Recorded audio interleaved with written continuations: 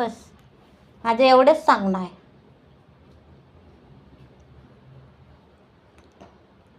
काय तर माझी आई 8 वर्षाची असताना गेली. मी गणपतीपुळ्यात माझ्या मावशीकडे राहिली. त्यांनी माझं भरपूर केलं. नंतर मी 6वीला असताना माझे वडील गेले. नंतर आम्ही दुसऱ्यांच्या दाराशी राहिलो. दुनिया फिरलो, पण असं कोणीच काही बोललेलं नाही, की असं दुखावलेलं पण नाही. आई वडील गेले असं कोणी दाखवलंच नाही खरंच. पण आज लग्न झालं, 15-16 वर्ष झाली. नको नको ते आरोप हा माणूस माझ्यावर करतो. कोणाकडे चोरी केली मी कोणाकडे मी धंदा केलाय ते तू सांग ना. मला सांगतो, काय सांगतो, तू चोर आहेस, तू धंदेवाली आहेस, तू तिला सपोर्ट करतेस. तिला जर मी सपोर्ट केला असता ना तर गाडी बंगले बांधले असते. तुझ्याजवळ इथं शिव्या खायला नको नको त्या घाणेरड्या शिव्या खायला मी राहिली नसती. मुलाचा फोन येतो का त्याने मला फोन करू नये, त्याने माझी विचारपूस करू नये, ते शिव्या देणार. घाणेरड्या शिव्या, एकदम घाणेरड्या शिव्या. का पण असं तू करतोस?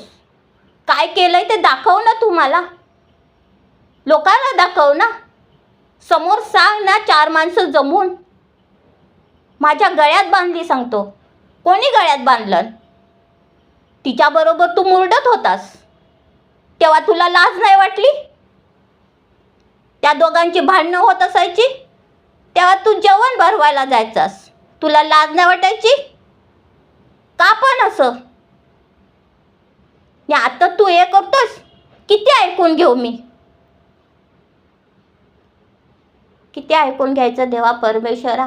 तूच बघ, उघड डोळे आणि मी काय करते, काय माझी चूक आहे ते तू बघ. मला नाही काय कळत. माझा मनस्ताप वाढत चालला. बस माझं एवढंच सांगणं आहे. भरपूर कंटाळले मी, ऐकून भरपूर कंटाळले. बस माझं मी करते, माझं मी खाते. बस मी पण कमवते आता. मी काय बसून नाही, मी पण कमवते. का? मला नको काय खायला? माझी मज्जा नको मारायला? मी काय दुसरीकडे कोणाकडे मजा नाही मारते. माझी मी, मुलं आणि बस मी कोणाकडे धंदा करायला जात नाही की वेश्यागिरी नाही करत आहे. तू सकाळ दुपार संध्याकाळ नको नको त्या घाणेरड्या शिव्या देतोस. का पण? काय केलंय मी?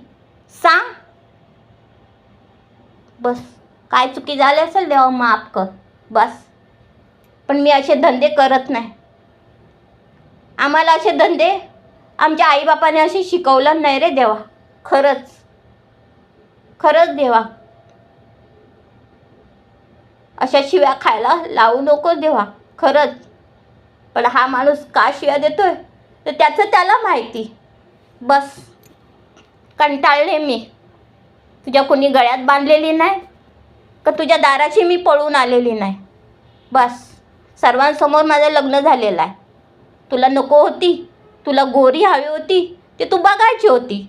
लग्न झाल्यावर तू मला चंद्रासारखी नाही, मला गोरी हवी होती, मला अशी हवी होती असं म्हणून दाखवायला लागलास. आणि तिच्याबरोबर तू मुरडत होतास.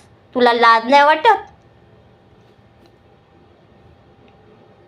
आणि आता तू तिच्या पोरांचं करून दाखवतोयस लोकांना. मग तुझ्या पोराचं का नाही करत?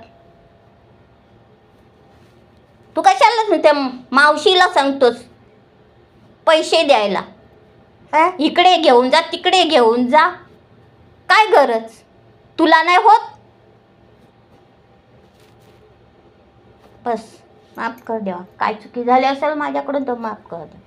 बस बघ देवा, डोळे उघड.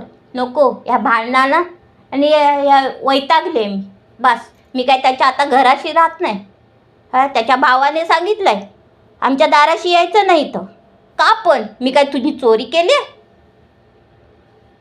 हां, स्वतःचा भाव चोरी करून दुसऱ्यांच्या कलबावर आंबे काढून पडला आणि मला सांगितलं हिच्या पायगुणाने पडलो.